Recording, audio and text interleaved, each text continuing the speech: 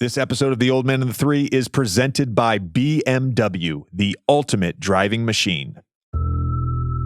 Welcome to The Old Man and the Three with JJ Redick and Tommy Alter, brought to you by 342 Productions. This is episode 230, a very special first round playoff episode with Tim Legler. Tim, always a pleasure to join us.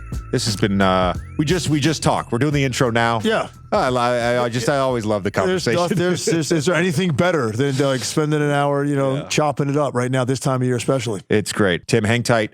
Real quick, we're going to do our DraftKings Sportsbook segment. Doing something a little bit different today, and that is a new promotion from DraftKings Sportsbook.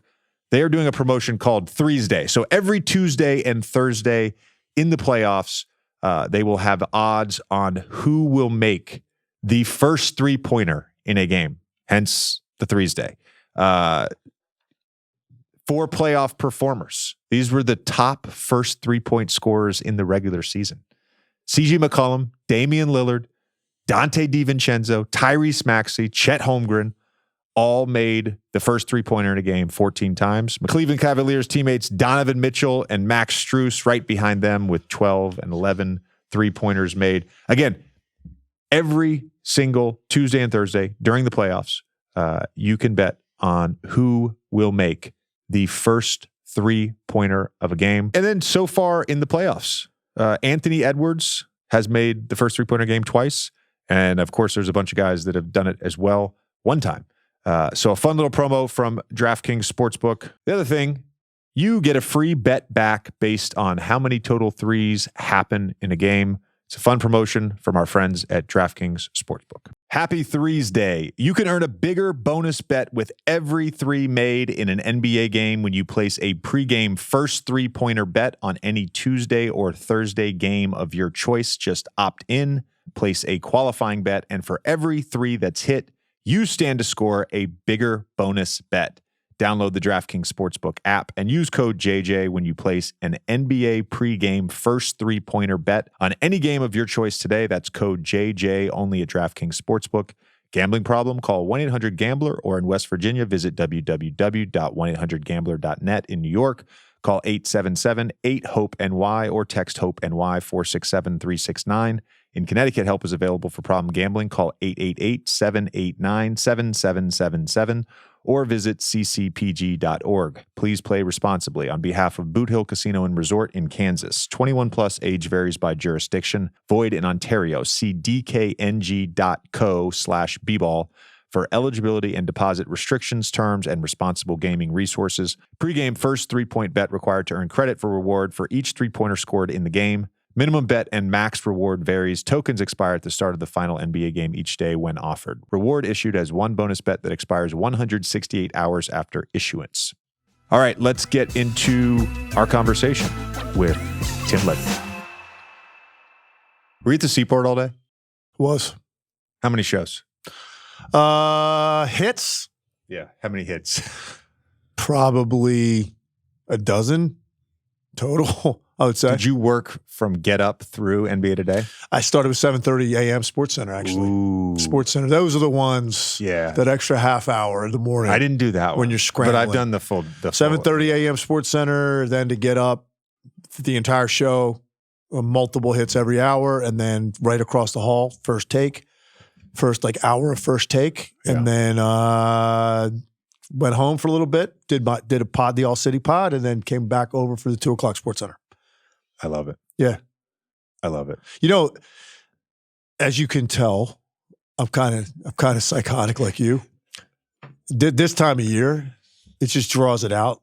I'm just so into it because I'm watching every second of these games. It's so hard in the regular season, man. But I'm watching every second of these games. So and it's just so compelling, the storylines and how much is at stake, how much harder guys are playing. It's just so, any game that comes up, I'm so into talking about it. Yeah. Let's start with Dallas and LA because thought that was a huge win to even this series. Go back to Dallas. I'm calling the game on Friday. I'm calling the game on Sunday. We're just kind of staying in Dallas. We get awesome 2 places city. once. Love it. I can't wait. First of all, you know what's interesting for me? I've never done that. I don't think I've ever done that in the playoffs where I get back-to-back games in the same series. And obviously conference finals, I'll get to do that. But to be able to do that as like a little warm up for me is going to be fun. It's tremendous. And how many months did you spend in Dallas, like living there? 2.5 months. 2.5 months. I was there for 2 years, and I love that city. Oh, it's great. So hopefully I get out to Dallas National. If my friend comes through with the tea time on Saturday. Golf there, man. Come on, man. Let's talk about game 2 specifically and sort of your biggest takeaways from Dallas, who I thought got outplayed in a way. And this is not a knock on J. Kidd. I just thought the game plan overall in that game 1 was really good. And, they made it tough on Luka and Kyrie in that game 1, as most teams try to do. But then everyone else was just so limited. And then last night, we get some contributions from a number of guys. By the way, I have my days mixed up. So if it was last night, great. It was. It was last night, yeah. I know I watched it, but it was last night. It was the I was also traveling back from Atlanta yesterday. So it was last night. It was the third game of the night. So they all overlapped. Yes. It was the last game. Right. It was after I got you. But anyways, you're just kind of takeaways from game 2. So, all right, I'm going to start by prefacing like sort of game 1 and coming out of that. Number one, first of all, game 1, collectively, I don't think I could see a team collectively shoot as poorly as Dallas did in that game. The shots they missed in the first half of that game, across the board, it was all of them. At the exact same time that James Harden was in that kind of rhythm, right? So there you go. And now you've got this separation. Dallas wasn't coming all the way back in that game. I kind of chalked it up to, look, it just wasn't their night offensively. Come back game 2, I still don't think they're close to like operating at like max offensive like capacity at all. Still missing good looks. But it was a weird game because now Kawhi gets reinserted. They're reacclimating to him. It changed sort of Harden's role. Kawhi clearly not in rhythm yet. So I thought that helped Dallas because the Clippers offense clearly, right? The Clippers offense was just different. It was more stagnant. You're now bringing another ball-dominant guy back into the equation who's not in rhythm. I thought his win looked pretty good. He just wasn't making shots, which is to be expected. Fortunately for Dallas, because they weren't playing great offensively, the Clippers weren't either. So now you're in this low-scoring game, which nobody really expected probably going in. And here you go. You're in a one-possession game. Actually, Mavericks are down 6 in the second half, and I thought there was a stretch of three-point shooting out of the Dallas Mavericks that basically saved the game, potentially the series, maybe their season, depending how far you think they can go. I think they can get to the conference finals, which means obviously I think they can win this series. I don't think they're winning the series if they don't win that game because Kawhi's probably going to get better, you would think, each game, right? He's going to start to find his rhythm and you got a different thing to deal with. So this was a game you had to get, and they did it. PJ Washington was enormous. 2 corner threes. Kleber hit 1, Kyrie hit 1, Luka hit 2. Their three-point shooting from the middle of the third quarter all the way through the fourth saved the night for them on a night when, again, I just don't think we've seen the best that they have offensively. Certainly not the best Luka can be with his shooting. I think he's due for one of those really highly efficient shooting games where he's going to make 6 or 7 threes. I think it's coming because he's getting it off really comfortably and easily. He just has not strung together shots. So I just look at it like it was a game they had to have. And the reason I think that they can go really far in the playoffs is because I trust him inherently in those situations. And there's, they did it again in game 2.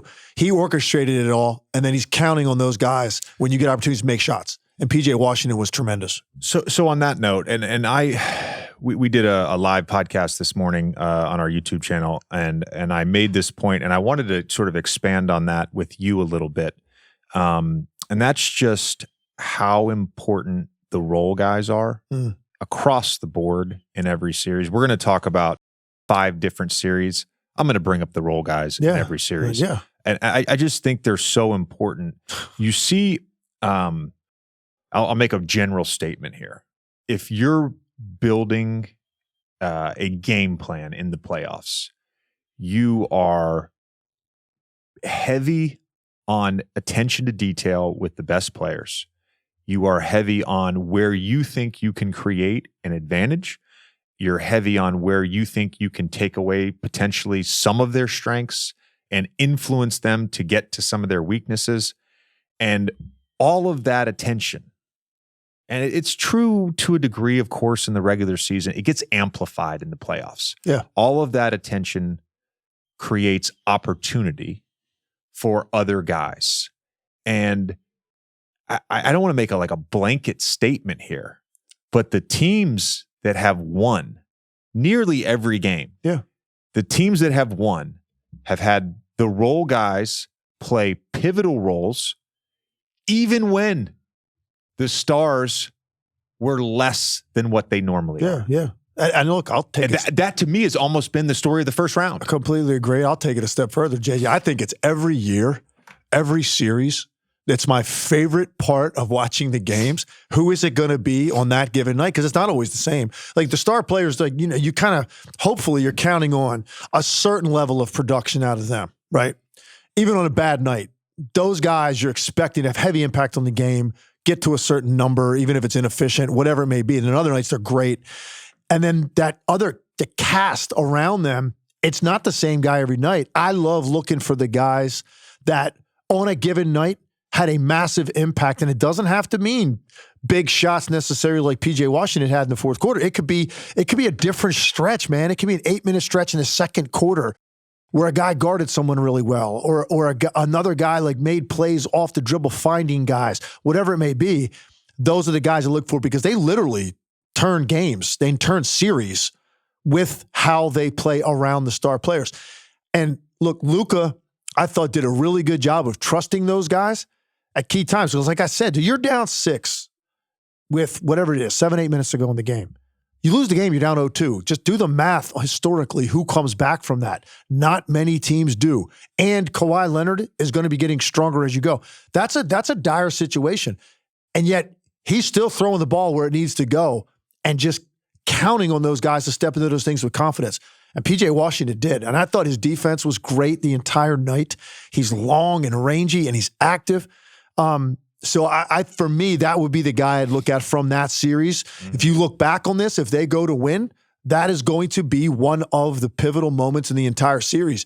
What happened in the fourth quarter of that game? Because they don't win the game. He doesn't make those 2 corner threes. Yep. We're not going to talk about the Boston-Miami series, and the only reason we're not is because they're playing tonight, and we don't want to release this tomorrow and not, have the info, right? We don't want to be blind here to what happens in game 2. But I don't want to belabor this point, but just to expand on that a little bit, I called that game 1 in Boston, and the Celtics created separation in that second quarter, first to second quarter, created separation at halftime. And then obviously the lead grew, and then Miami cut it back. But when they created that separation, who was it? Peyton Pritchard and Sam Hauser had 20 points in the first half. Sam Hauser hit 4 straight threes that didn't against the zone too. All 4 were against the zone. And Miami's they play more zone than anyone, right? I was listening to your call, by the way, and when you said that on the air, by the way, none of those have hit the. I was literally thinking the exact thing. I'm like, this dude is hitting nothing. It's barely touching twine. Yeah. The angle that those things are dropping from the sky, they weren't hitting anything, man. He was feeling it. I want to ask you something because you brought up the Clippers being stagnant, reintegrating Kawhi after he misses game 1. And I want to make the point here. Dallas has been I don't know if it was the last 18, last 19, whatever it is, one of, if not the best defensive teams. Number 1 over the last 20 games. 20 games. There you go. Over the last 20 games of the regular season, number 1 defense in the league. And the Clippers are a heavy ISO team, right? I believe them and Boston run the 2 most ISOs in the NBA. You brought up the word stagnant. And in some ways, is this a bad matchup in that regard with the size Dallas has, the rim protection they have? Is this potentially a bad matchup if they are going to play that way? And that's their identity. Is this a bad matchup for them? Yeah, look, I think it's a very good point because I think this is the kind of team that Dallas would like to see, a team that does play that way. It's weird because you wouldn't think, based on their personnel, that those numbers would apply to the Dallas Mavericks. If I just threw out those metrics to you and said, what team is this, JJ, over the last 20 games? Like, if you're not watching them every night and kind of seeing their improvement, you wouldn't think that about them. Because first of all, Luka and Kyrie, that's what we wondered in the beginning. Like a backcourt like that, okay, they're going to be unbelievable offensively. Defensively, that's going to be a problem. and look at how good they've been. And this is exactly the kind of team that Dallas can defend well. That's why, for me, even though Dallas didn't play well, I don't think particularly offensively, I think there's a better chance that their offense gets humming closer to their max level than the Clippers in this particular series. I meant to side comment earlier when you said, it feels like Luka's going to have a breakthrough game. I'm like, well, history has shown us that he will have a breakthrough game. It's coming. It's coming, man. Like, it's coming for sure. It's going to happen. What was he, 11 for 26, or something like that? Yeah. Right. That's not horrific. Right. But the high efficiency, the 38 point, 11 assists, 8 rebounds. He's missing clean looks on his threes. Like, that's the thing. Like, sometimes he'll go, 4 for 14 from the three, and it's like, man, he had dudes hanging on him the entire time. I'm not feeling that way about the looks he's getting, and that's why I think it's a matter of time. And maybe it's just going to be as simple as getting home and getting to a comfortable arena, and he's gonna bust out of that, because I think there's 2 threes a half that he's left out there hanging that just comes off his fingertips. You're thinking, like, this is a shot he always makes. So I think that barrage is coming out of Luka. 2 points on Luka real quick. I want to reiterate what I said earlier this morning. 2 for 17 the Clippers were with Luka as the primary defender. 0 for 11 against Luka when he was the contesting defender.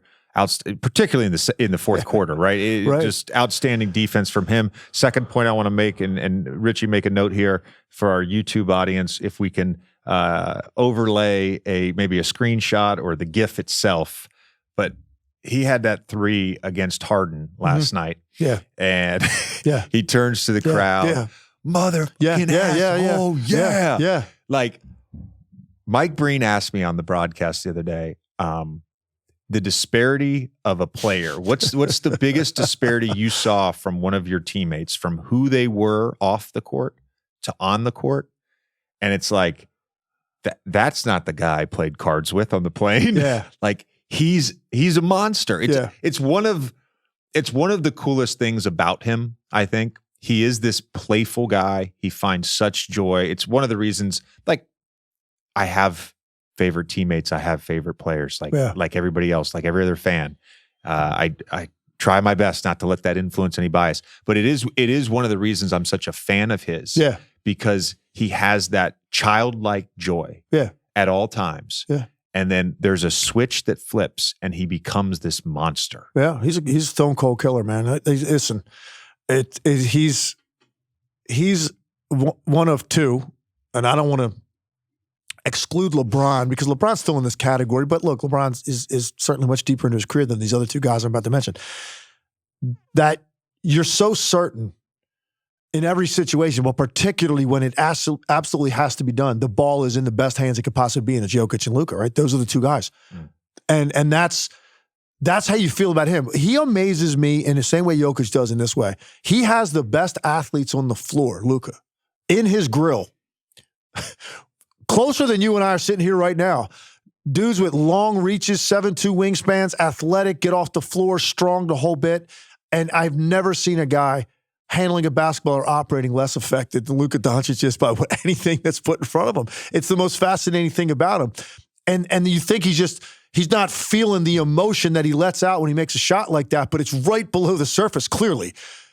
Because that ball wasn't even quite in the net. He was already turning, making that response. So, it's simmering in there. And the guy just fascinates me, because what I've always said about him is, if he ever lays it on the line, like, for his team defensively, like, really cares and gets into people, that's the breakthrough for him, because everything else is there, and he's starting to do that now, because the strength is there. The matchup is important for him. He's not going to be out there guarding electric ball handlers like on an island. Like, who can? Yeah. But you give him now certain matchups as a help defender or as a primary defender, man. He is more than adequate. He's doing his thing in addition to what he's giving you on the other end. When I watched them, those 20 games, when their sort of season turned around, they went from potentially a play-in team to solidified as a top 5 seed in a loaded Western Conference. Again, we talked about the defense. Those last 20 games, it was as engaged as I've ever seen them on the defensive end. And I mentioned that. I did their Dallas-Miami game with 4 games to go in the regular season. I thought him and Kyrie were phenomenal that game. And it's carried over to the playoffs. Yeah. I want to ask you a specific question, which will lead us into the next series. And that's just on this game in particular, and we'll get to overall, where would you sort of rank the physicality of last night's Dallas Clippers game on a scale of 1 to 10? Scale of 1 to 10, I'd probably put that game at about a 7 or 8. Mm-hmm. I've been pretty amazed by how physical all these games are relative to what I just watched in the regular season. Mm-hmm. Like, there's always an uptick. I think it's a more significant uptick than ever because of the way the games are officiated in the regular season. It's really incredible to me how physical it's become for ball handlers. That's the part of the regular season that it's just not there in this game anymore. It's not. They legislated it out and they wanted it out. It's back for the playoffs in a big way. So the adjustment, like if you got the strength, you're going to be able to do it. And that's the big thing. Luka, I'd give it a 7 or 8. I've got one concern about them as we kind of finish up this series. I've got one concern that Gafford Lively, that was such a critical part of what they're bringing to them with their. You said that recently on this podcast. Their lob threat, right? Yeah. In this series, Gafford got hurt last night. Lively hasn't really been a big factor. Gafford did nothing in the first game. In fact, Zubac went right at him out of the gate. It was crazy because that was the strategy they had from the beginning, clearly. Because Zubac, he averages 7 shots a game. He's taken 29 shots in 2 games. It's clearly something they think they can exploit to get him in foul trouble or whatever it may be. That part of their offense has been non-existent. And fortunately for them, they're 1-1 now. So I'm trying to figure out, is that going to be something that continues throughout this series? Because I look at a guy like Gafford and how important he was to Luka and having that threat and what that does to your backline defender and what that does to closeouts on three-point shooters by pinching in on that guy. If that's taken away, I just wonder how that's going to affect Dallas's offense going forward. Because for whatever reason, first 2 games, that has not been any part of their offense. And it was an enormous part. Those guys were combining for like 24 and 15 on a nightly basis out of your center spot, converting 80% of their shots. And they've done nothing in the first 2 games. So I really want to see going forward, can they find a way to get that going? Because I think they're going to need it to win the series. The 82-game preseason is in the books, and it's finally time for the real season. Don't miss out on any of the NBA playoff action at DraftKings Sportsbook, an official sports betting partner of the NBA. From the play-in tournament through the finals, DraftKings Sportsbook has you covered with same-game parlays, live betting, odds boosts, and so much more. Big game Friday night in Phoenix as they look to get back into the series as Minnesota won both games at home and look like a Western Conference contender. Download the DraftKings Sportsbook app and use code JJ. New customers bet $5 and get $200 in bonus bets instantly. That's code JJ, only on DraftKings. The crown is yours. Gambling problem? Call 1-800-GAMBLER or in West Virginia, visit www.1800gambler.net. In New York, call 877-8-HOPE-NY or text HOPE-NY 467-369. In Connecticut, help is available for problem gambling. Call 888-789-7777 or visit ccpg.org. Please play responsibly. On behalf of Boot Hill Casino and Resort in Kansas. 21 plus, age varies by jurisdiction. Void in Ontario. Bonus bets expire 168 hours after issuance. See dkng.co/bball for eligibility and deposit restrictions, terms, and responsible gaming resources. Another physical series is the New York Knicks, Philadelphia 76ers series. You brought up the ball handling, which I think is so important to potentially reiterate. And that is, it's not just the physicality in the half court for ball handlers. It's the fact that nearly every team is picking up full court on every single possession against the primary ball handlers. Yeah. And the 76ers are a great example of that, doing that with Jalen Brunson. And Brunson has struggled. Some of that, of course, in the half court, excellent defense. They're being very intentional about the direction they're forcing him, both in isolation and in pick and rolls. They've got Joel Embiid lurking back there. I think his contests on all those middies, all those floaters, they've been excellent. Jalen has had to work because of that physicality in the half court, because of picking up full court. He's had to work extra hard to create the shots he wants to create, which oftentimes are tough twos. Yeah. And it feels like, and I don't have the second spectrum data on this, but it feels like his misses are short. Like all of his misses are short. Personally, like I think they need to get him off the ball even more. They've certainly done that at times throughout the series, but get him off the ball, let him relax a little bit, and then run actions off of movement that eventually get to the same stuff that he wants to get to, whether that's a wing ISO or whether that's a dribble handoff, their blind pig action, obviously the high pick and roll, the angle pick and roll from the high quadrant on either side. Getting him off the ball and with movement, to me, that potentially is an adjustment. And of course, where they space guys, how they cut. They've gotten some good stuff when they've cut and created passing angles for him. Got to keep the defense honest on that. Completely agree. I was sitting there watching game 2, and I was at one point when he was just expending so much energy to create any space for himself, and it was like 5 or 6 trips in a row. Because you could see also he's got a mentality. Clearly, he's the driving force of their offense, and he's been doing it all year to a certain level every night.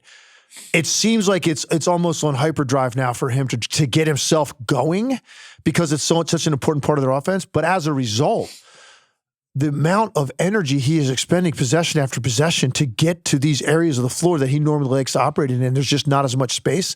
It is something that you go, wow, there's a lot of wrinkles in their offense because I've been watching them all year, stuff that they do at times in games where he gives it up, goes off the ball, sets a back screen, comes off the baseline into an initial dribble handoff. At least that first part from back around his own foul line to the other top of the key, he's not turned 3 times. He's not hounded like that, wearing up, using his legs up, coming off that ball screen initially trying to make something happen. I like when he does let someone else bring the ball up the floor. Go up to your spot. You can get somewhere comfortably up the floor without being held and grabbed. Come off. By the time you touch it the first time, you have not used up all of that energy to get to that point. Now, from that point on, the rest of the possession is going to look exactly the same, whatever their action is, because he's a critical part of it. Let him be off the ball a little bit more at the start to conserve. I'm really curious to see if they do that in game 3 because you have McBride, you have DiVincenzo. DiVincenzo can handle the ball. You have Josh Hart. Yep. Like you have options to, especially on a dead ball, right? Just walk down the court. Yeah. Get in your spot. Yeah. We'll get to your action. Yeah. Conserve at least 5% on this possession. How good is Isaiah Hartenstein? Man, oh man. I fall in love with the guy. I fall in love with the guy because the one thing I did not know, he had that kind of touch on these pocket floaters. Mm-hmm. Anywhere he catches the ball inside 8 to 10 feet, he lets that left-handed soft shot go. I mean, and talk about Hauser. His Hartensteins aren't hitting anything. Everything is bottom of the net with these little quick little flicks and floaters. I didn't know that was part of his game. Obviously, he stands out with his energy on the offensive glass and like his defensive presence and activity. He's a great communicator defensively. He's so verbal in what he's doing. That's a bonus to me, but it's clearly something that he's very comfortable doing, and it's going to continue. I don't see that really changing. And he had arguably the most significant defensive play of their season. Mm-hmm. The block he makes on Maxey. When it looked like Maxey was there. And if that's a hair later, the ball hits the glass first, it's goaltending. Oh my gosh, you got a fingertip on it. He got a fingertip on it. Right, and it was almost to the glass. That was an incredible defensive play. And obviously the offensive rebound he got that led to the DiVincenzo 3 was just, This is going to sound weird saying this, and I don't want to be like hyperbolic and exaggerated here. I don't know what the number is. Is it 30? Is it 40? Is it 50? I don't know. I think there's been so many good players throughout this season. After January 1st, when the Knicks turned their season around, and incredible January with OG healthy and in the lineup post-trade, but after January 1st, for the rest of the season, like Isaiah Hartenstein was one of the best players in the NBA. Yeah. Now was he a superstar? Is he in the MVP conversation? Is he in the All-NBA? No, he's not. He's not. He was one of the best players in the NBA. And there's certainly, defensive EPM, defensive win shares post-January. Like there's certainly advanced stats that would back up my argument. I don't want to get into I'm not worried. I'm not even saying that. Yeah. Watch the game. Right. There you go. And tell me that guy is not one of the best players in the NBA right now. Oh, can you remember watching a game that Isaiah Hartenstein played in over the last 2 months of the season where you thought he played poorly? They don't exist. They just don't exist. He just doesn't. Because even on nights maybe he doesn't get as many opportunities to score, because that's when it's really standing out, especially now because these games are, there's so much scrutiny on these games. And so now, like, they've sucked everybody in. Even the casual fans are watching all of these games, and that's a very compelling series. You're like, wow, he's putting these numbers up. But even with the nights he doesn't do that, if you're watching him all season, the impact that he is having on them winning is, I hear you, man. It's as good. It's as good as any role player in the NBA. Josh Hart, of course, another role player. Miles McBride, another role player, having monster series so far. For Philly to get this thing turned around at home, what do they need to do?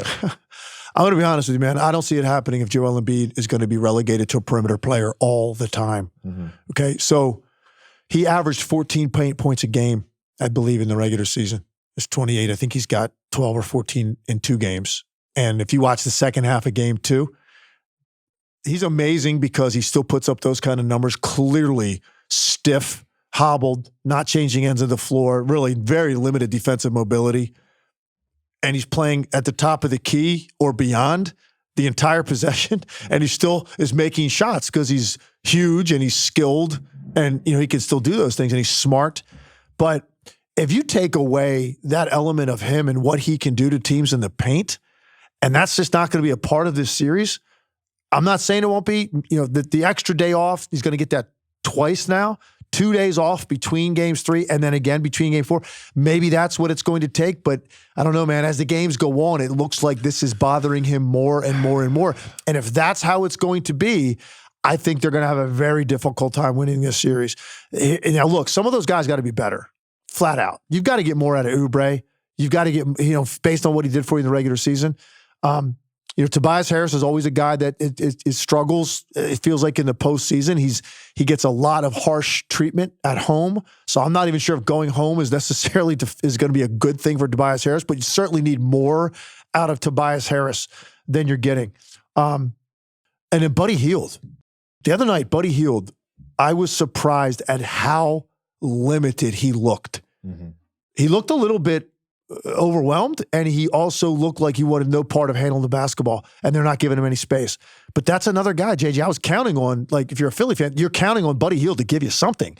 10, 12 points, like whatever it may be, complete non-factor to this point 2 games. So a lot has to change. Joel Embiid, I think, has to somehow feel better than he has to this point, and then they've got to get more production out of those other guys, I think, to win this series. Buddy Hield, by the way, I thought was instrumental in their comeback in the play-in game to secure that 7th seed, the second half. Agreed. I mean, it was like, I said it on air. I said, man, Buddy Hield's drives and playmaking are what is, breaking this Heat zone. I looked down at the score sheet the next time out. He's got 6 assists, right? It wasn't just that he made a couple shots. It was the aggressiveness. I agree with you on that. I want to make a point here because I saw, this happens every year. I want to make a point about the playoffs, mm-hmm. right? Because everybody's like, this is how they should play all year. I want to point out 2 things on that, right? I wish the NBA was this. This reminds me of the 90s, whatever. I want to point out 2 things on that. You're playing the same opponent every time in a series, mm-hmm. right? So all the tendencies. Right. The scouting report is ratcheted up. You have time to game plan. You have time to explain things. We've talked about this before, but like, the playoffs, every single day, you have your group, perimeter guys, right? You go meet, you do the scouting report on each guy. Start of the series, you get a lot. So baseline, this is all I need to know. Within the series, how are they adjusting to what we're doing? I know, right? Some matchups are not there for other guys. It's not the same in the regular season. It's just not. So the fact that you're playing the same team is a huge component of this. Everybody talks about the physicality. You got to let these guys play. I'm not disputing that. I think they ratcheted up the physicality. The league came out and said it post All-Star break. The point I want to make about the scoring in particular, the bad scoring teams in the regular season, teams that struggled in the half court, are going to struggle even more against playoff teams. Why? Well, playoff teams, generally speaking, have at least league average defenses, right? Yeah. The biggest component, though, of why scoring is pace. Mm-hmm. The biggest component of this whole thing is pace. So the Cleveland Cavaliers are playing at the fastest pace, averaging a little over 95 possessions. The slowest team in the NBA this regular season was the New York Knicks at just under 96 possessions. The pace is so different, right? Yeah. The Knicks right now played in 2 slugfests.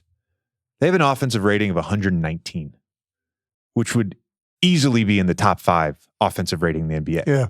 So, and there are certain teams, again, like if we're, picking and choosing things like Cleveland offensively, Orlando offensively, Phoenix offensively, they've been brutal in terms of offensive rating, right? They're brutal.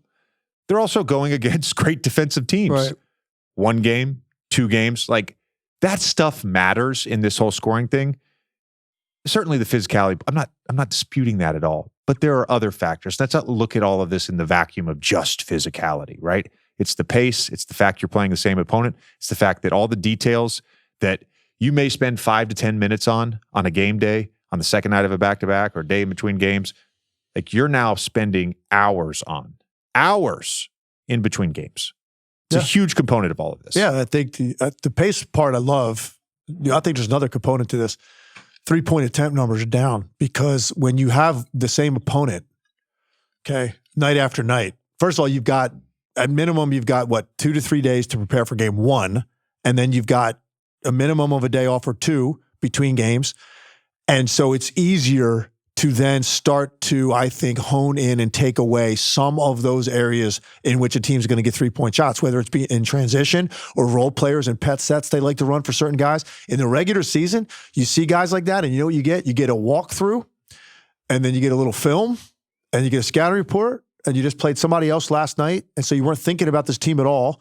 You're going to play this game, and then you're going to put them in your rearview mirror, move on to the next team, and that's all you get. So the impact of I think the total roster and how those guys can get open looks and get 3-point shots, I think that's something now you can hone in on and take away these guys' strengths because this is a big part of their game. Phoenix took 22 3-point shots.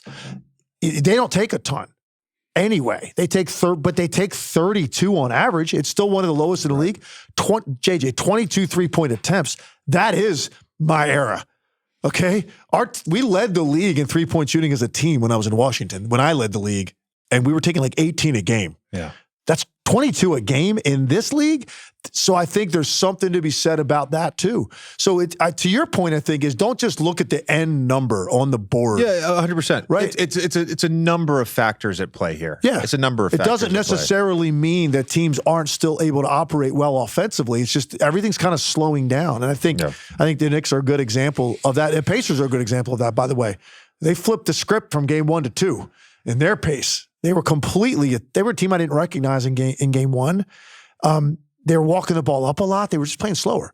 And they completely came out intent on full throttle in game 2, knowing, kind of like Dallas, knowing that, hey, we're going to get Kawhi here pretty soon. They know Giannis is going to be probably making an appearance at some point. Need to get one of those two in Milwaukee to start off the series. And so I thought their pace was the key to evening that series. We'll go there next. We'll stay in the East. We'll go there next. Real quick, 2 things before we wrap up Philly and New York. Tyrese Maxey has been awesome. Mm-hmm. Like, he's so good, bro. Yeah, man. He's so good. And there were times this season, particularly when Joel was out, of course, where it felt like he was maybe burdened, overtaxed by being that 1A. But geez, man, that guy's so good at basketball. He's incredible, and he's so good. I feel sick for Joel because I think he's got that guy as like his co-star, that he's not phased. He doesn't lose confidence. He's got an incredible motor. I think his spirit is something good for their team and good for Joel.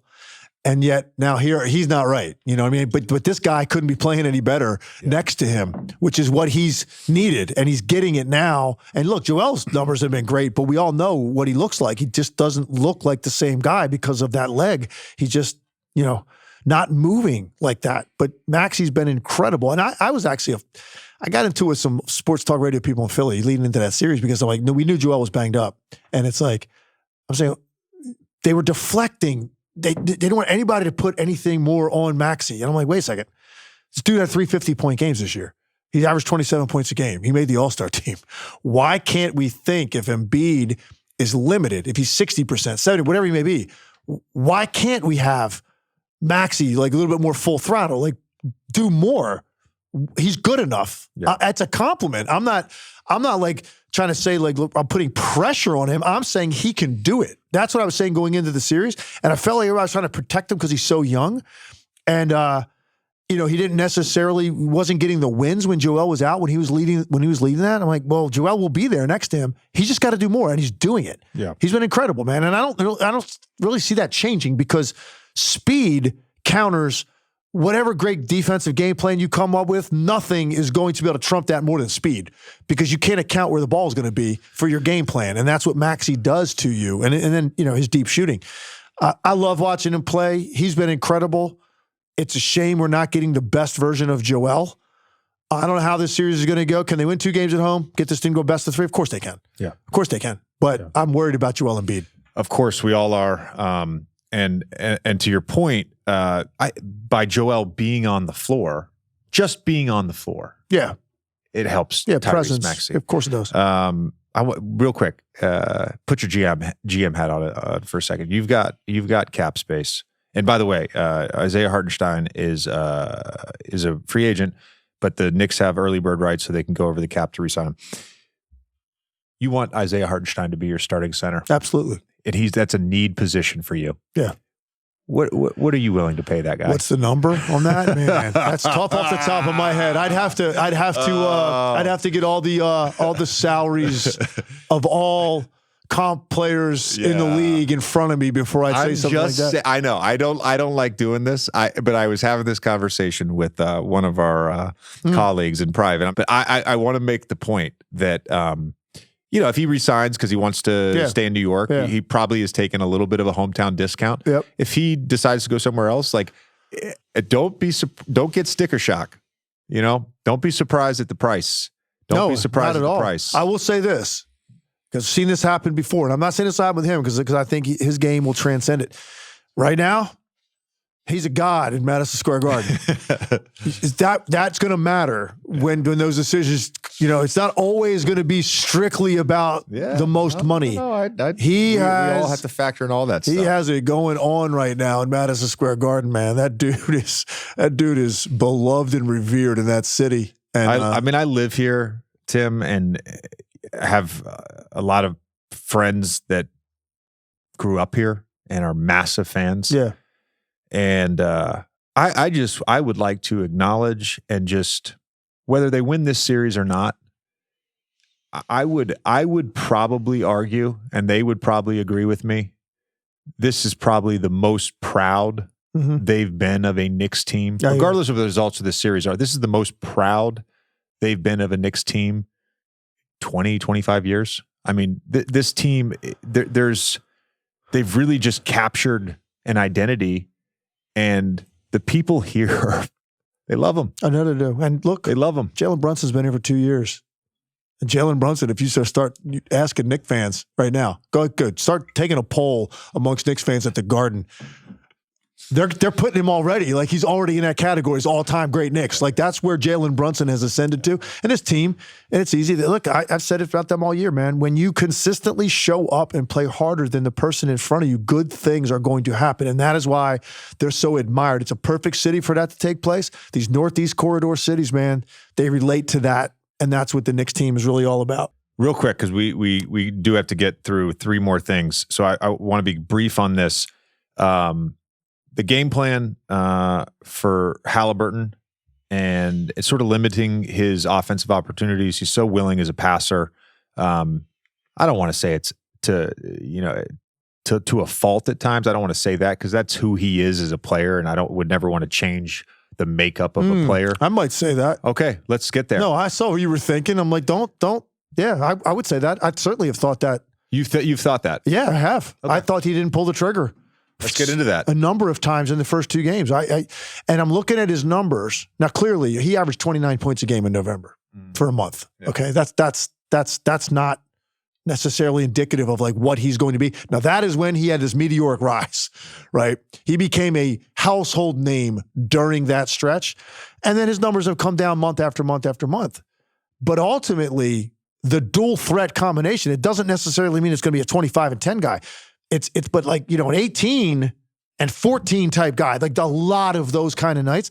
I feel like he's taken his foot off the gas and looking for his own offense. And it's a big part of what they need him to be. And it makes him a better passer. It makes their team better. It just does. It makes the game easier for him when he is a little bit more aggressive in looking for it. He's never going to be a come down, I don't think. And that was the weird stretch in the season. He was looking for it.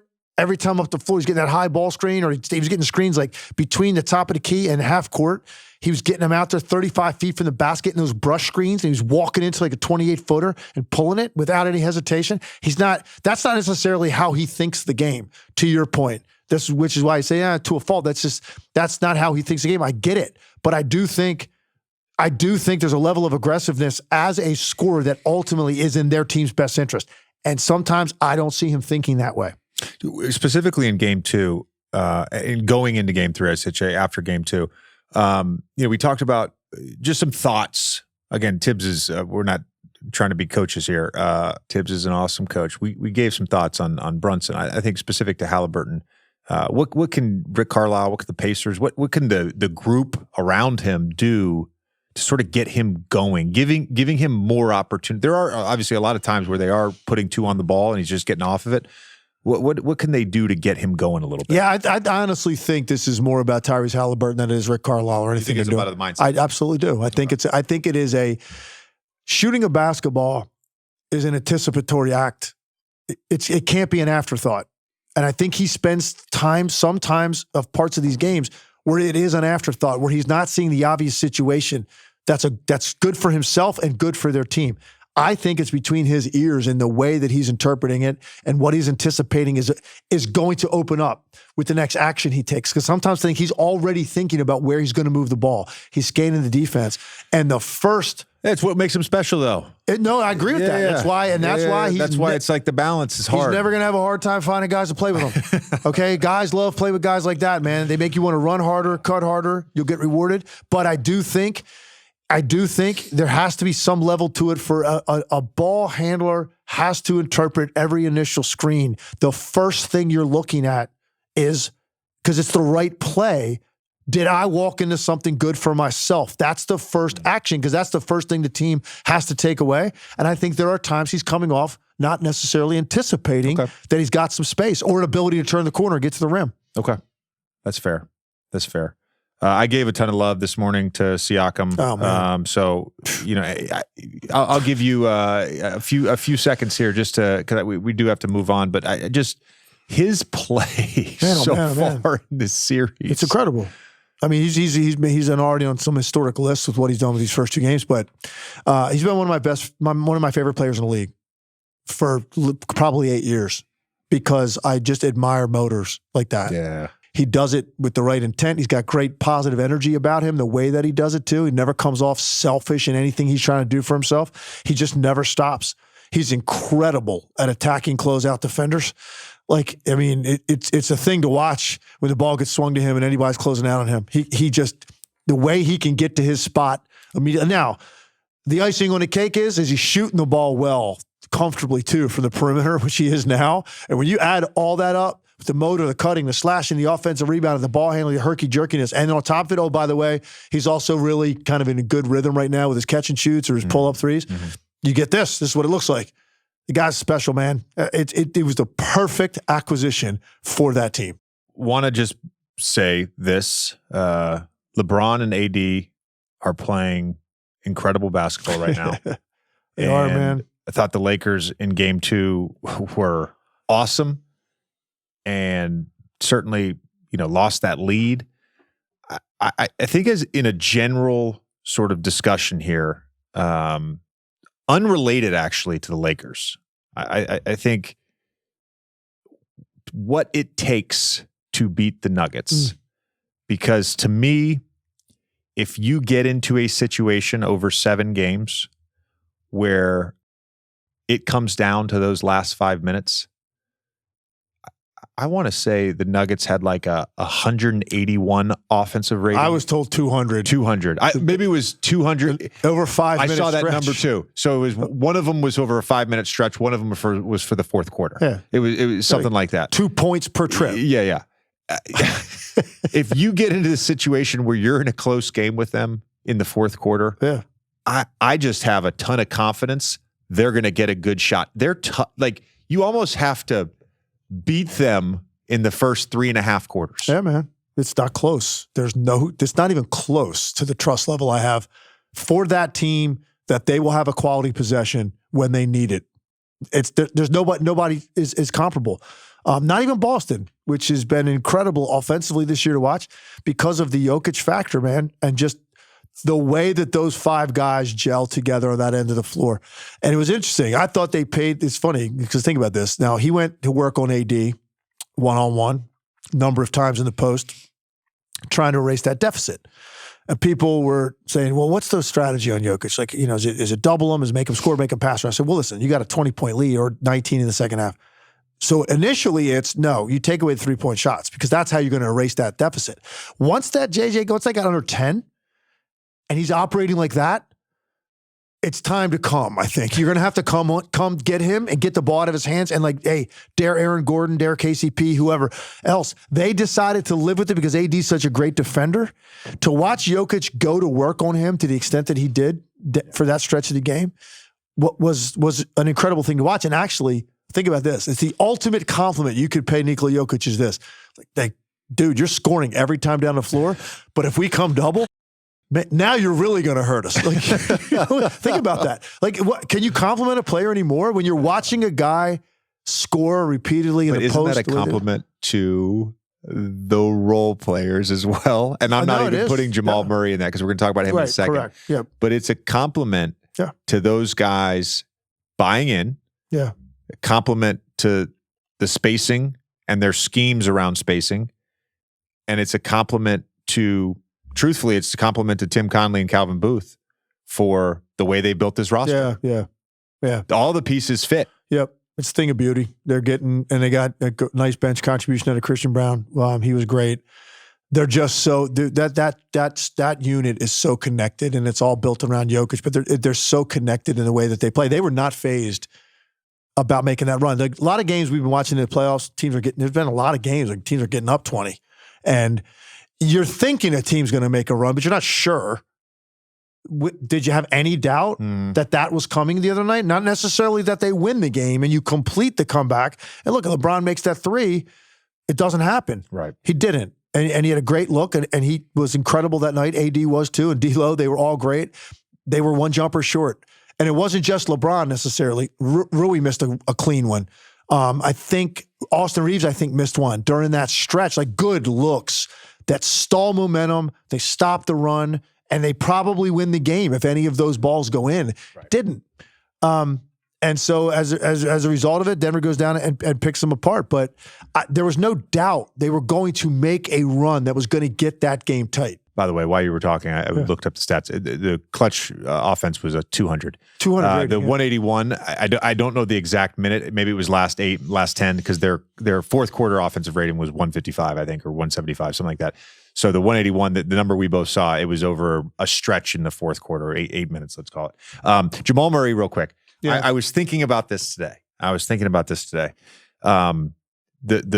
sort of the playoff performance, right? That he's had throughout his career. Going back, those epic performances in the bubble, raised his level of play last year, had a number of massive games in their finals run, hits this game winner. And I'm thinking about, why. I'm thinking about why. And I'm trying to wrap my head around Jamal, because I watch a ton of Denver games. I've called a ton of Denver games. I don't get the sense, like I do with some players that I'm not going to name, that his approach is any different, that his mentality is any different regular season to playoffs. So I think in some ways it goes back to what we were talking about earlier about what makes the playoffs different.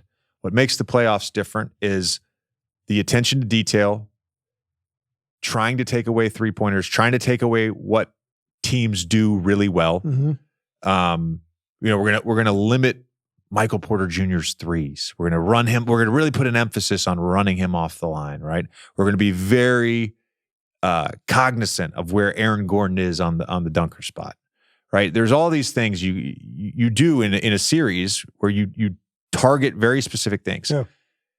So maybe I'm floating. Maybe one of the reasons he raises his game in the playoffs is because he's always that fucking good. Yeah. But by necessity, and by his skill set, his ability, like he did in the fourth quarter, to make tough, individually created, one-on-one shots, the playoffs bring that out of him by necessity. Thoughts? I don't think I could have summed it up better. Look, when you look at their team, you look at their roster and what the playoffs require, this is why I always look at guys that have great mid-range games. It's such an important part of playoff basketball because the defenses are so in tune with what you're running. Like some of that early space in a possession isn't there a lot of times that it is in the regular season, where that's going to be a quicker shot. 6-8 seconds into the clock, someone will have already taken a three. Well, that stuff's taken away in the playoffs because teams are so prepared for that initial action. They've seen it before. They've scouted. They know what's coming. So now what happens, man? The clock gets down, and it's going to require someone to be able to go get to a spot with a live handle and be able to make difficult shots contested in certain areas of the floor. And he is exceptional at that. It's not needed as much on a nightly basis in the regular season. You're 100% right. Those moments in the playoffs are so condensed. There's only a couple guys on their roster that are going to make a specific play. And he's so capable of doing it. He could do it. Listen, if he wanted to go be on a bad team, there's no question in my mind the guy could put up crazy scoring numbers every night if he wanted to be the focal point of a team offensively. He does what he has to do in the regular season, and then he has this ability because of his mid-range game, the lean back on his shot. That's a natural lean back, which gives him a little extra separation against great defenders, gives him just enough room to get it off. An incredible amount of confidence. I think you're 100% right. He's forced to do it out of necessity because of the way that these possessions are becoming more meaningful and more difficult to operate, and he's capable. The other point on that is I don't remember the exact number, so I'm going to approximate here because I used this stat when I did my end-of-season award show last Monday. OKC and Shea and Denver and Jokic played in approximately the same amount of clutch games. And OKC's record was slightly better, but Jokic and Shea were the only two guys in the NBA this year to score more than 100 points in clutch time and shoot over 55% from the field. I think the other part of this is that you mentioned the pace, because of the pace, because it's the playoffs, and because you're playing against good teams, you're playing against playoff teams every single night, right? Those fourth quarters, maybe you're at Washington and you don't need it. Yeah. Right? Yeah. Those fourth quarters, those clutch moments where they always go to that Jamal Murray, Nikola Jokic two-man game, right? It's again, I don't have the data on this. Yeah. I'm just speculating. It seems like there's potentially more opportunity in a playoff series in those moments for him specifically. Completely agree. And it's because you get more possessions in the course of a game that require more actions to be able to get off a quality shot, because you're going to get something earlier typically, and you're not going to be noticing Jamal Murray as much in the regular season because of how much everything's increased significance. The magnitude of the moment is so much greater. Yep. You're getting deeper into the clock, and they're going to go to that more often because they're going to be forced to, because the moments are so big, and the way that these series can turn, and the importance of games and stretches of games and 4-minute stretches and 5-minute stretches. And that's why we notice it a lot more out of Jamal Murray in the playoffs. He could do it more if he had to in the regular season. It's not required. It is required in the playoffs.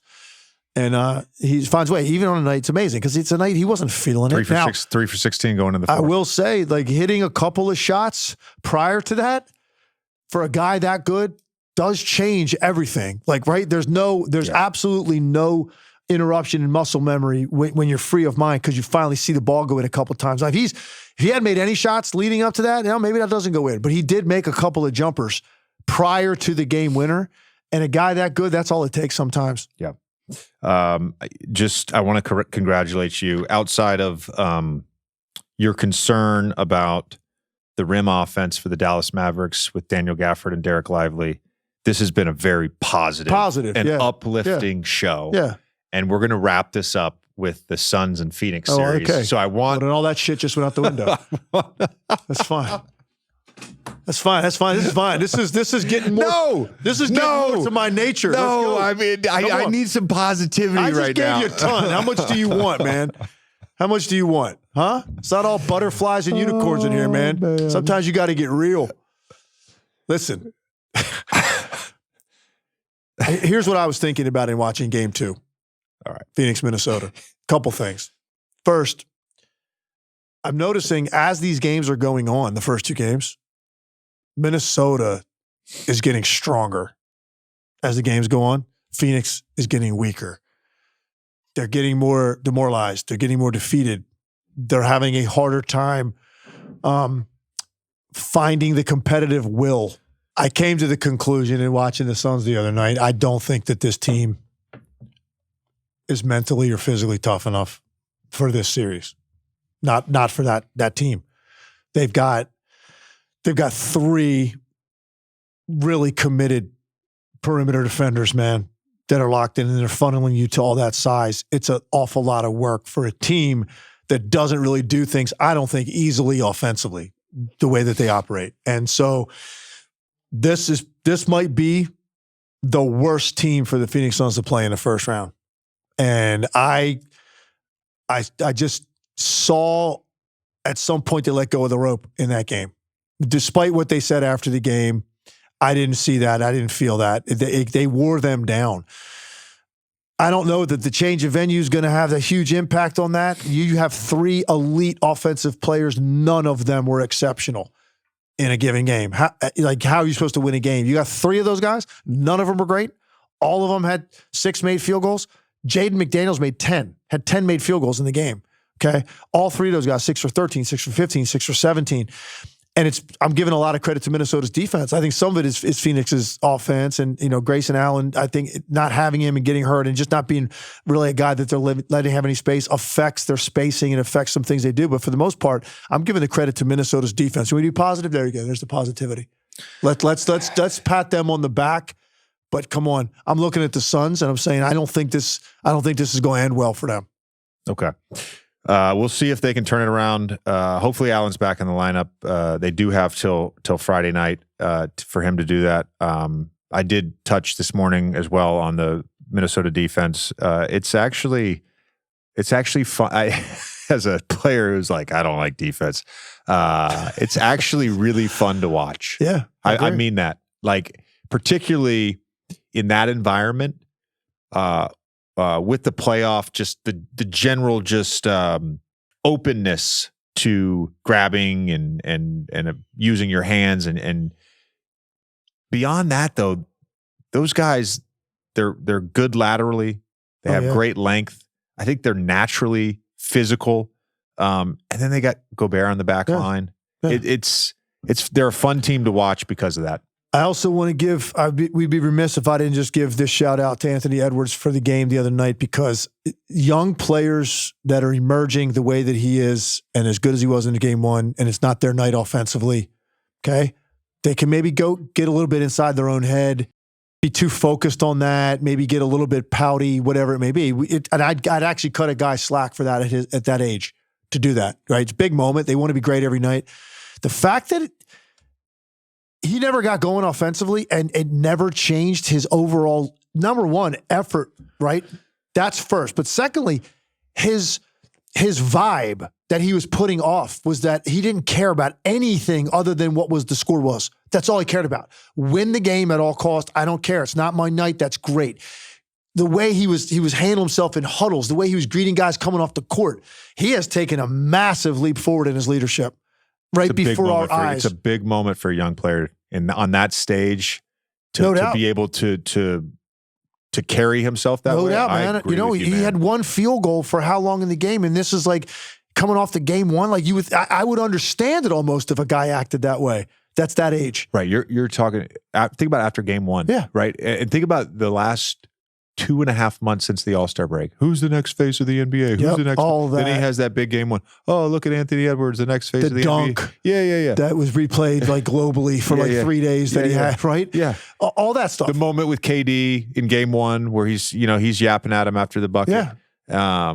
And it's like, then to carry himself that way, I was in an off game, so impressed, man. Yeah, because that was a question I had about them with a guy that young as your best player and his polish to close games and whatnot. I was wondering about that. Their defense is incredible. I fall in love with that team more and more every night that I watch them. I probably haven't given them enough credit all season as a legitimate threat. Their fans, I think, probably feel that way about me, which is fine. But they're growing on me every single night, and I was so impressed with his maturity on a night when he didn't have it offensively. He was a leader despite that. And I think that's a massive step forward for him and his evolution as a player, because he definitely has the competitive will to be great. He wants it. And some nights it's not going to be your night. How do you conduct yourself? And I thought you couldn't ask any more out of him in game two. Tim, always a pleasure. Hey, JJ. This has been fun. Yeah, man. And we'll talk to you soon. You got it. All right, let's welcome in Trey Wingo and Kevin Frazier, co-hosts of Alternate Roots. Alternate Roots is the latest sports podcast from Wondery. We are co-producers of that, 342 Productions. Guys, you've put out 8 episodes so far. This podcast explores the what-if moments in sports history. There's been a bunch of great episodes. We were just talking about that off air. Do each of you have a favorite sort of deep dive what-if episode you've done so far? Our first what if is that if people will call it roots or routes, because that's we go alternate routes, but people love roots. They look at it and they're like, Route 66, or but we go routes. We went routes because we don't have the sponsorship from a certain Canadian company. Yeah, that was our big thing. The hardest part was how are we going to describe the name of this thing? But they've been great. I think I don't know, Kevin, has the Magic Johnson one come out yet? Has that dropped yet? I'm not sure. It has not dropped yet. Okay, that might be our favorite. We took the coin toss that gave the Lakers the number 1 pick in the 79 NBA draft instead of the Bulls. And we basically said, okay, well, what happens if the Bulls win that coin toss? How does that change basketball for decades as we know it? And somehow, some way, we came up that if the Bulls had won that coin toss and they get Magic Johnson, somehow Charles Barkley and not Barack Obama becomes the first African-American president of the United States, which I thought was really good. So that's as far out as you can go. And you'll be looking forward to that when it drops in a little bit. I mean, I think every episode we delve into all the sports stuff, but then we also look at how things would have changed. Like, how would have things changed for a guy like Reggie Theus, or somebody like, what would how different would his career have been if he doesn't, run into Michael Jordan and they butt heads, because Michael Jordan never comes because Magic is there. So there's all kinds of things. And it always, though, ends up with either Tom Brady or the Kardashians. Or Kardashians. Those are our default retros. Yeah. It all comes back. JJ, I have a question for you, but guys, I'm curious in your sort of reporting and analysis of some of these topics, if you've come across this as well. You guys did an episode on Chris Webber and his timeout. Yep. Yeah. When you're playing in a game and somebody does something that's like a momentum shifting mistake and you're just on the court with them, you're on the field with them, whatever it is that, can you sort of like feel the stakes happening in real time? Or do you feel it when you're right off, when the lights are off, but you're right off the court, or is it something that you kind of like don't necessarily understand until maybe like a year or two later? Like and I'm curious what you guys think about this too. No, I think you can. Those things are sensible. Those things are palpable in the moment. Like you just go back to the Super Bowl when the 49ers had a chance to basically run out the clock and get a game-winning field goal, and they brought the heat. The Chiefs did. On a blitz, and Purdy had to throw it away, and they gave Mahomes a minute 50 something to either win the game or tie the game. As soon as they didn't get that first down, they could have bled the clock down to about 20 seconds to kick a field goal. I was like, they effed it up, and you could feel it. And then when they decided to take the ball in overtime, the Chiefs were like, great, we were going to kick it to you if we won. You could sense that was going to happen. So for me, I can't speak for Kim. For me, especially when you're watching those things in real, you're like, put a pin in that moment right there. This is the thing that may have changed the entire game. I mean, how about that debacle for the Sixers the other night in the Garden?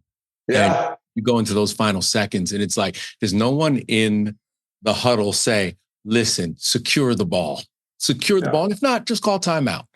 But somebody, please, God, secure the ball. When we get it in, just secure the ball. And I know Nick Nurse was trying to call timeout, and I know there were several fouls committed, but you have to remember, you're playing a college team at that moment.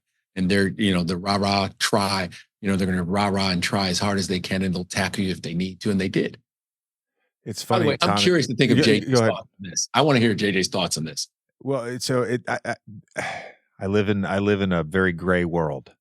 I don't believe in black and white. So I think what you guys are saying can be true. I also think of sports, particularly basketball, as an aggregate of a bunch of different plays. But so often as sports fans, and I'm a sports fan, right? We point to one play. And we saw this happen. We've seen this happen twice already in the playoffs, right? The Maxey play, of course, that led to a DiVincenzo 3. And the lack of the overturned foul call against D'Angelo Russell and the Jamal Murray game winner against the Lakers, right? Well, the Lakers had a 20-point lead, right? There was a bunch of different things that the Sixers could have done up 5, right? What if Kyle Lowry didn't make that free throw? It should have been a 6-point game, right? You can point. So my point is, you can point to a number of plays, but it is interesting because I do believe there's some truth to what Trey said about marking a play or like making note of a play. And I do that as a broadcaster. Yeah. I do that as a broadcaster. I did it during the Sixers game when the fans started booing in the first half. I literally wrote down the score. Okay, this is the moment. This is the score. This is the time on the clock. Let's see what happens the rest of the first half, right? The free chicken. How about the free chicken moment? Yeah, the free Mike chicken Breen moment. going nuts. And the free chicken moment. And that completely Batum to the rescue. Yeah, Batum to the rescue after 2 missed free throws. It's so funny. But I always think, Tommy, in real time as a player, here was my perspective. You always think about the end game stuff as a player because you're so close to the feeling you want. You're so close to victory, and you can almost reach out and touch it. And then when it doesn't happen, it's devastating. And 2 plays from my career that I think about the most. Game 2, 2009 NBA Finals, tie game.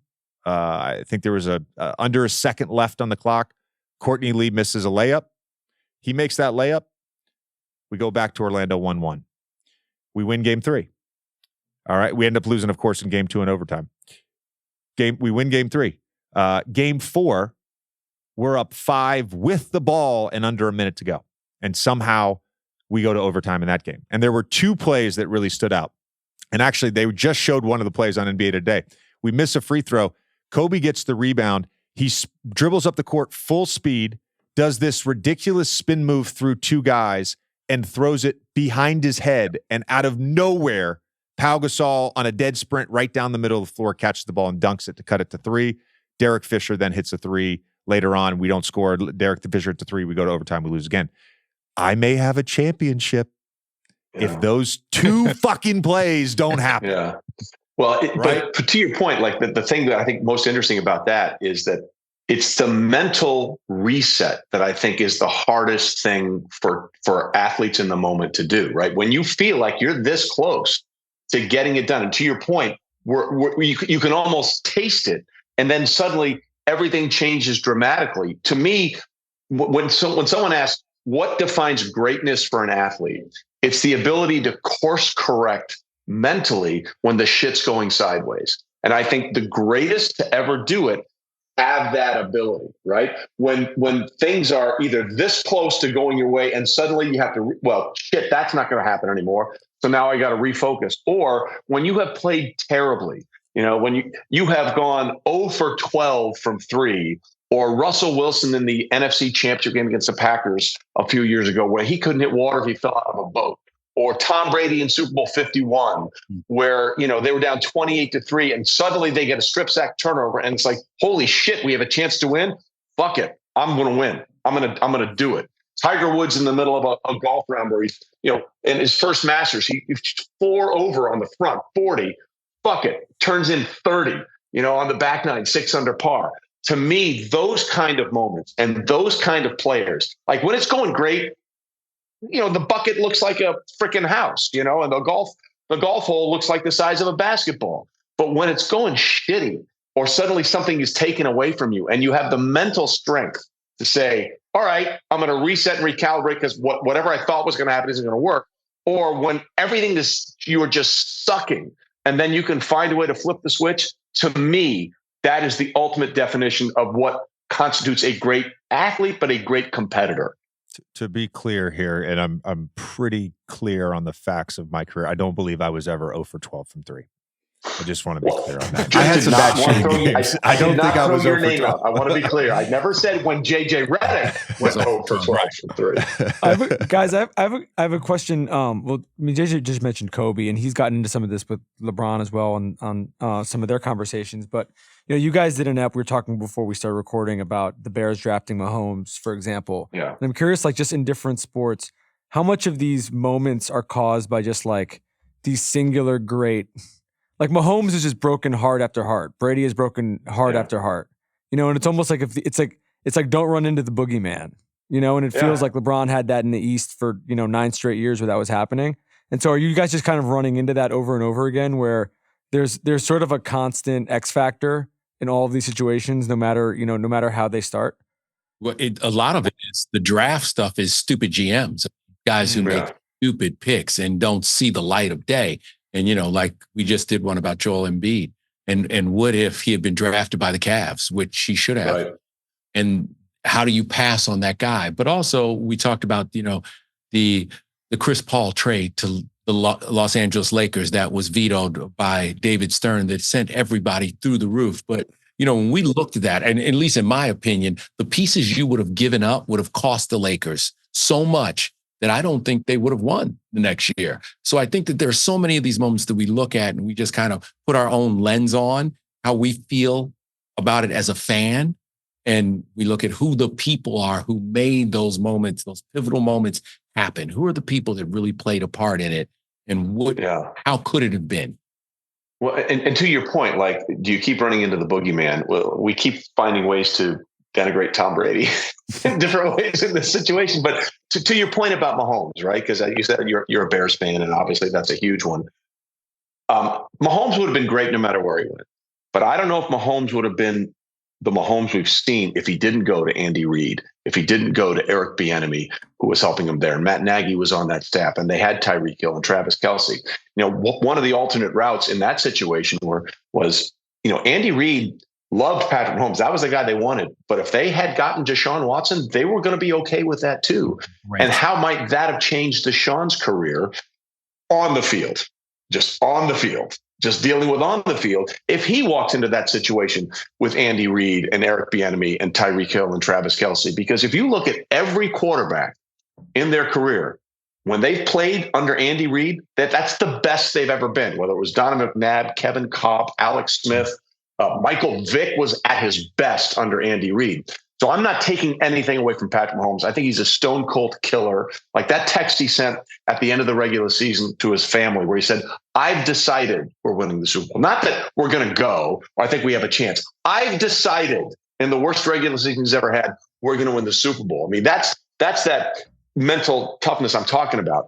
But Andy Reid and that staff and those players surely helped accelerate his path to where he is now. And, you know, you take away all these things where these players, whether it's in the NBA draft or in the NFL draft, what they're drafted into is a huge part of their success. And you can't take that out of the equation.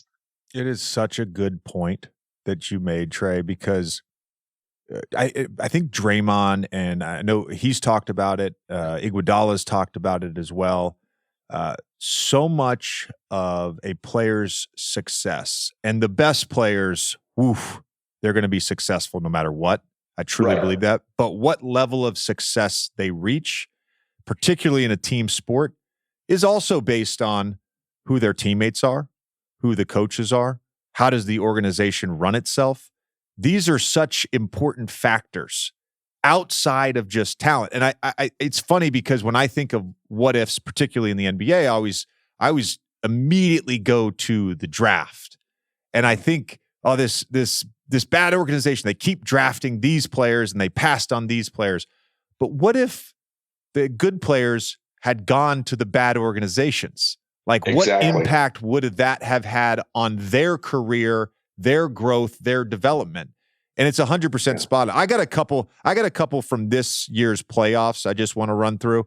Yeah. This is a one that I think is like pretty far reaching, right? Okay. Jalen Brunson had Dallas when they could have offered him originally when the season started and he was eligible for his 4-year, $57 million contract. He would have signed that deal. By the time they offered it to him, he had outplayed that contract. He said, I'm going to go to free agency, and he goes to the Knicks, right? All of a sudden, Dallas ends up with Kyrie. All right, so the what if there is, what if Jalen Brunson stays with the Dallas Mavericks, probably doesn't become a top 5 MVP candidate. Mm-hmm. Kyrie, of course, requests this trade. Where does he end up? What team is he on right now in the playoffs? And then the other one was just from this past offseason again, was the Lillard trade. And looking back, I believe, and don't quote me and take this as canon, but I believe the Heat package was Jaime Jaquez Jr., who's likely going to make first team all rookie. Kyle Lowry, who then could obviously be repackaged in something. Tyler Hero, Nikola Jokic, who is a really good second-year player, and 2 first-rounders. That's a pretty good package. Drew doesn't end up on the Celtics, by the way, in that scenario. So there's a lot. I think it's like transactions, obviously, draft, specific plays and moments within games. Is there anything else that you guys are sort of looking at beyond those 3 sort of buckets for different moments or factors in these alternate routes? Well, I think one thing I want to back you up for a second. I want to say, when you talk about player and where they land, think about if Danny Manning hadn't landed with the Clippers. Yeah. What could he have been? A guy coming off of what was, one of the most sensational runs in the NCAA tournament. But when you look at these guys and how the dominoes would have fallen, you really never know. And you go with your best guess or your assumption, because Kyrie, you have to remember, would the Lakers have figured out a way to get Kyrie and reunite him with LeBron? Would LeBron have been happy with that?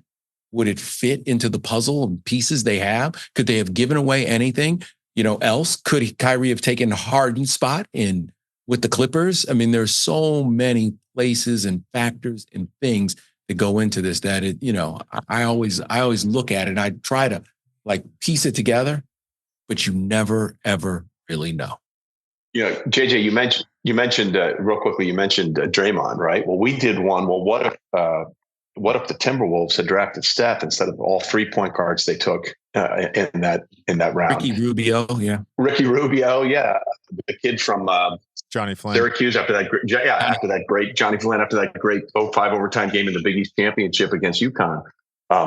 You mentioned Draymond. Well, if Draymond isn't part of the Splash Brothers and everything that's going on in Golden State and them changing the game, and he's just a guy banging around, does he become like he's a perfect piece and a complementary player to everything else there? But if they don't have that in place, is he Dylan Brooks?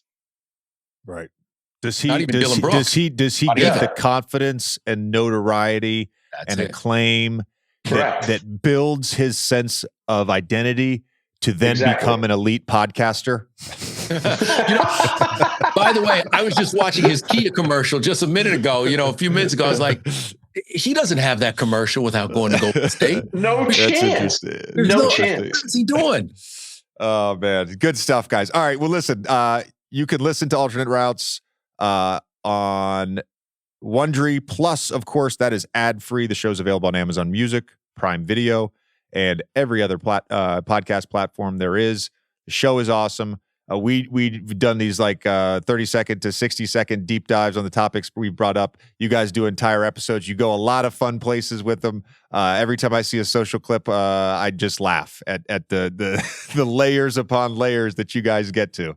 By the way, JJ, what if we should do before we leave? I want you guys to give us Give us two that we should do. I have a current NBA one I wanted to bring up to the three of you guys to see what you think. What do you think about Aaron Gordon to Denver as a what if? I mean, it's a little bit of a singular thing right now, but I think you can make a very strong argument they don't have a championship last year without making that trade.